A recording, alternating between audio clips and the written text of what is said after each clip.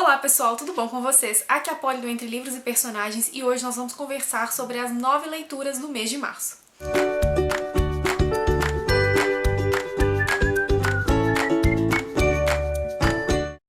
Eu achei que março seria tipo janeiro, assim, que eu tava de férias, que eu consegui ler muito, mas infelizmente não foi, a questão do isolamento social acabou pesando um pouco, o psicológico não ficou tão legal, mas ainda assim deu pra concluir 9 leituras muito bacanas que eu venho comentar hoje com vocês. Já deixa seu like, se inscreve no canal, porque se você deixa pro final você acaba esquecendo. E lembrando também que o link da Amazon tá aqui embaixo, então se você gostar de algum dos livros que eu citar ou quiser comprar alguma outra coisa na Amazon, por favor, dê preferência pro link do canal, que vocês ajudam com uma pequena comissão e não pagam nada mais por isso. E a minha primeira leitura do mês foi Por Lugares Incríveis, da Jennifer Niven, e eu resolvi ler esse livro logo no início do mês, porque ia sair a adaptação na Netflix, e eu sabia que se eu assistisse a adaptação, depois eu ia ficar enrolando pra ler o livro, mais do que eu já estava enrolando, entendeu? E aí eu resolvi ler, e aqui a gente vai ter a história da Violet e do Finch. A Violet acabou de perder a irmã, ela não tá sabendo direito como lidar com a perda, lidar com o luto, com a dor da partida, né, de uma pessoa que ela amava muito, e uma determinada situação, ela se vê na torre do colégio, prestes a suicidar, e o Finch tá lá também. E é assim que se dá o primeiro encontro dos dois, o primeiro contato realmente entre os dois.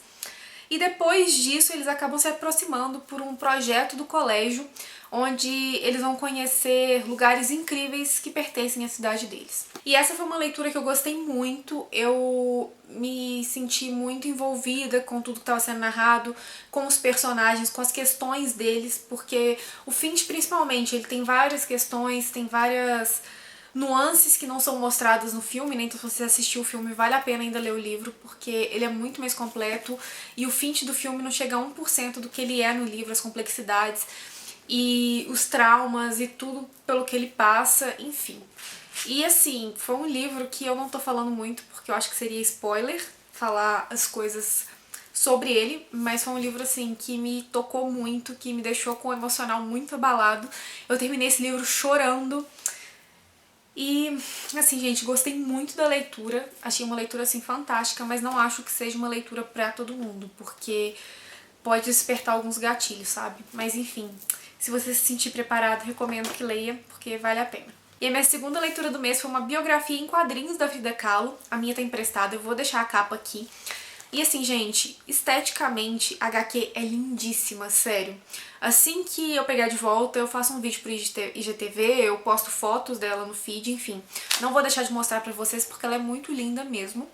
E em questão de texto, enfim, do conteúdo da HQ, eu senti um pouco falta, sabe, de falar mais da história das obras da Frida, um pouco mais dela e um pouco menos sobre os relacionamentos dela, sabe, porque, tipo, citava uma obra e eram 10 páginas falando de relacionamento, do que ela sofria nos relacionamentos, enfim, eu acho que a Frida é muito mais do que os relacionamentos pelos quais ela passou, e sim, ela foi moldada de certa forma por esses relacionamentos, pelas desilusões e tudo mais, mas ela não é só isso. Então, eu senti sim muita falta de mais conteúdo nessa HQ barra biografia, mas ainda assim foi uma boa leitura, é linda, né, como eu já disse, então é lindo ver a forma como eles retrataram as obras da Frida, e pra quem gosta vale a pena, né, pra quem admira a Frida, pra quem tem curiosidade sobre a história dela, é um apanhado bem geral, mas eu acho que vale a pena a leitura sim.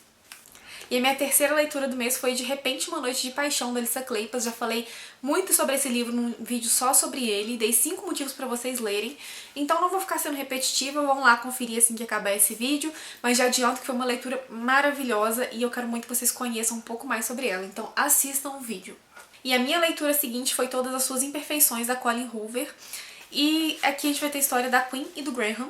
A Queen e o Graham, eles se conhecem num dia muito difícil pra eles, porque eles descobrem que a quase noiva do Graham e o quase marido da Queen estão juntos traindo os dois. Então, assim, é um dia muito complicado, eles ficam muito marcados emocionalmente, e logo depois o livro já dá um salto, a gente descobre que esses dois personagens ficaram juntos no segundo capítulo já, tá? A gente não é spoiler. Só que algo tá errado entre eles, o relacionamento deles tá ruindo, tá desmoronando, e a gente vai tentar entender o porquê. Então o livro é narrado entre passado e presente, e você vê a construção de um amor lindo, repleto de cumplicidade, repleto de sinceridade, E depois você vê esse relacionamento assim, em frangalhos, onde um não consegue manter um diálogo com o outro, onde um não consegue medir as necessidades do outro, e a forma como só o amor não basta se não tem reciprocidade num relacionamento. E eu particularmente, gente, comecei esse livro achando que ia ser um romance mais calmo, sabe? E foi um romance daqueles de destruir o coração, que você fica, sabe, sentindo, porque os livros da Colleen Hoover despertam muitas emoções. E é uma história ao mesmo tempo triste, mas ao mesmo tempo bonita e muito envolvente. E assim, eu amei a leitura de verdade. Talvez não recomende pra todo mundo, porque eu acho que talvez não role uma identificação tão grande pra algumas pessoas, mas ainda assim foi uma leitura que me tocou muito, que mexeu muito com meus sentimentos e foi muito boa. E a minha leitura seguinte foi um livro que eu demorei 2 anos pra ler, que ele ficou 2 anos parado na minha estante, porque eu caí na besteira de assistir o filme primeiro, entendeu? E é o que acontece, é por isso que eu sempre gosto de ler antes de assistir ao filme, mas enfim. Estou falando de 7 minutos depois da meia-noite, do Patrick Ness. E aqui a gente vai ter a história do Connor, um menino de 13 anos que sofre muito bullying no colégio e a mãe tá com câncer em fase terminal, então assim, a vida dele não é fácil, o pai foi embora, deixou ele sozinho com a mãe, a vida dele vem sendo muito difícil.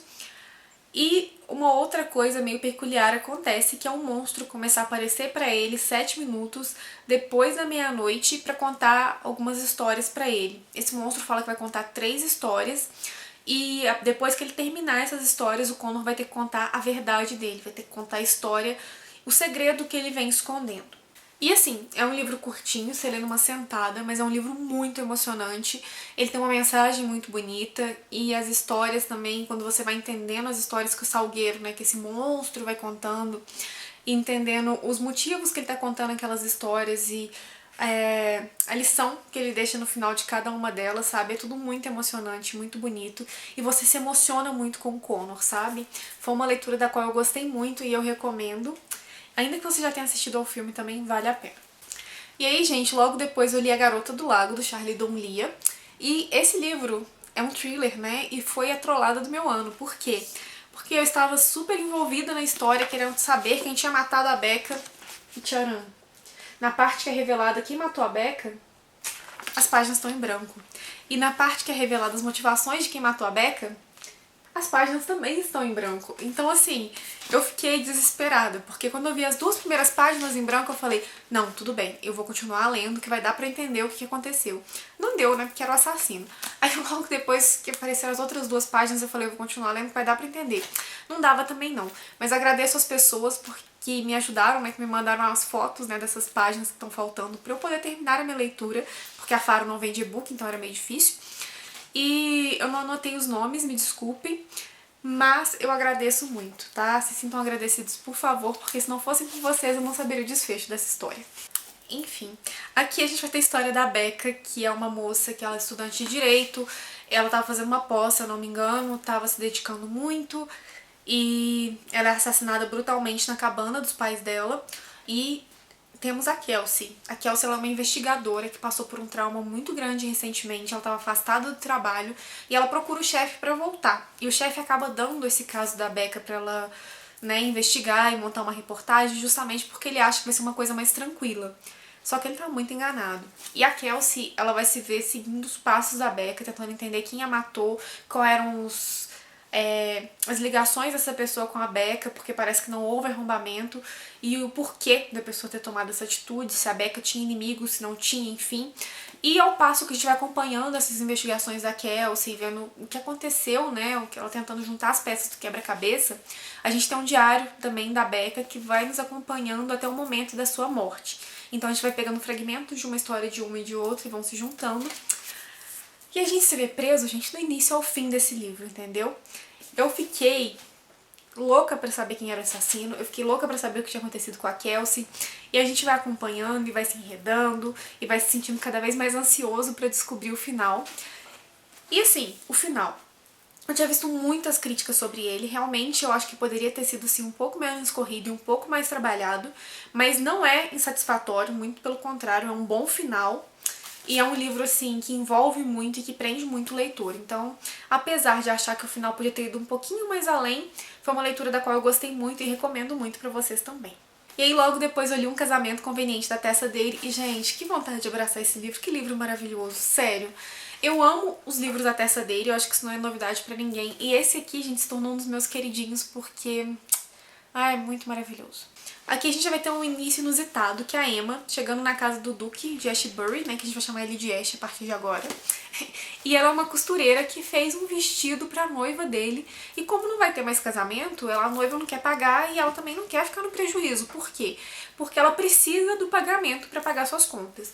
Só que pra causar uma impressão, pra ele recebê-la, pra chamar atenção mesmo, ela vai vestida com o vestido de noiva da noiva dele pra falar com ele. Então, assim, é uma visão e realmente chama atenção. O Ashbury, ele é um herói de guerra, ele ficou muito marcado, as pessoas acreditavam que ele fosse morrer, mas contrariando todas as opiniões, ele vive. Só que ele ficou, né, muito marcado emocionalmente e fisicamente. E a noiva acabou, né, sentindo asco por ele, e por isso o noivado vai abaixo. Ele percebe que a Emma não sente asco por ele, mesmo com a aparência que ele tem, e resolve que vai se casar com ela porque ele precisa de um herdeiro. E depois que ela der um herdeiro pra ele, ela pode ficar na propriedade do cal dele do campo, vivendo com todas as regalias que ele não vai querer mais nada com ela. Ela, em um primeiro momento, fala, querido, você não me conhece, a gente não vai casar. Mas depois acaba cedendo, né, gente? Porque a gente tá falando aqui de uma moça que tava à beira da falência, que não tinha ninguém com quem contar e precisava de dinheiro. Ela acaba aceitando. E a gente vai vendo, né, uma relação ali entre os dois. E os empregados tentando juntar os dois porque sabem que ele é um cara muito bacana, que só se fechou muito pelos traumas pelos quais ele passou. E é um romance de época, gente, dos mais divertidos que eu já li. E aqui a gente ainda tem o Monstro de Mayfair, que o que acontece? O Ash, ele gosta de sair à noite pra dar uns passeios, porque é um horário que ele sai na penumbra e ninguém fica reparando na aparência dele. E ele resolve dar uma de justiceiro por aí, sair batendo em quem tá errado, enfim. E isso acaba virando um personagem, uma lenda urbana. E com isso até então tá tudo bem, só que o negócio acaba saindo da proporção que ele esperava. E o Monstro de Mayfair começa a ser perseguido também na sociedade. Então, é uma leitura muito gostosa, muito divertida. Aqui a Emma acaba entrando também para um grupo de amigas que é super diferente. São umas mulheres muito peculiares, assim, pra sociedade. Enfim.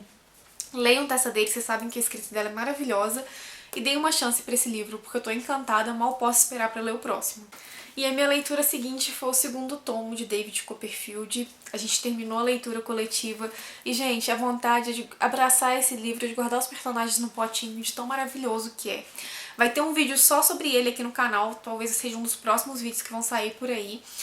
E já adianto, né, que é preciso assistirem esse vídeo, porque lá eu vou falar mais sobre a obra, sobre as impressões de leitura, sobre como foi a leitura coletiva e o quanto eu amei esse livro, porque eu amei esse livro. Então não deixem de conferir o vídeo que vai sair sobre o David Copperfield. E logo depois, gente, eu peguei um e-book desses muitos gratuitos que as editoras estão disponibilizando aí na Amazon, que foi o livro dos ressignificados. Eu vou deixar a capa aqui, eu acho que é do AK Poeta, mas se não for, eu corrijo o nome do autor aqui embaixo também. E basicamente, né, gente, ele vai ressignificar, ele vai dar novos significados a sentimentos, coisas, tristezas, situações. E assim, é tudo muito poético, tudo muito bonito. Alguns foram um pouco cansativos, assim, eu tava lendo e falava, meu Deus, não vai acabar nunca mais. Teve outros que foram muito bonitos e que envolveram e com os quais, né, eu me identifiquei bastante. Então, assim, foi um livro que eu gostei, não foi um favorito. Em alguns momentos realmente foi um pouquinho cansativo, mas no geral foi uma boa leitura. Uma leitura mais leve e que me ajudou, assim, a desafogar um pouco o emocional em meio a tantas outras leituras pesadas que eu fiz. E bem, pessoal, é isso. Essas foram as 9 leituras do mês de março. Eu espero que vocês tenham gostado de conferir o que eu andei lendo. Me contem aí embaixo se vocês já leram algum, se concordam com a minha opinião, se não concordam, vamos conversar, ok? Se tem algum aqui que vocês querem ler muito. E se quiserem, me contem aí embaixo também qual foi a melhor leitura do mês de março de vocês. Eu vou ficando por aqui, deixo aqui do lado mais 2 vídeos que eu espero que vocês gostem, então vale a pena dar aquela conferida, ok? Beijos e até o próximo vídeo.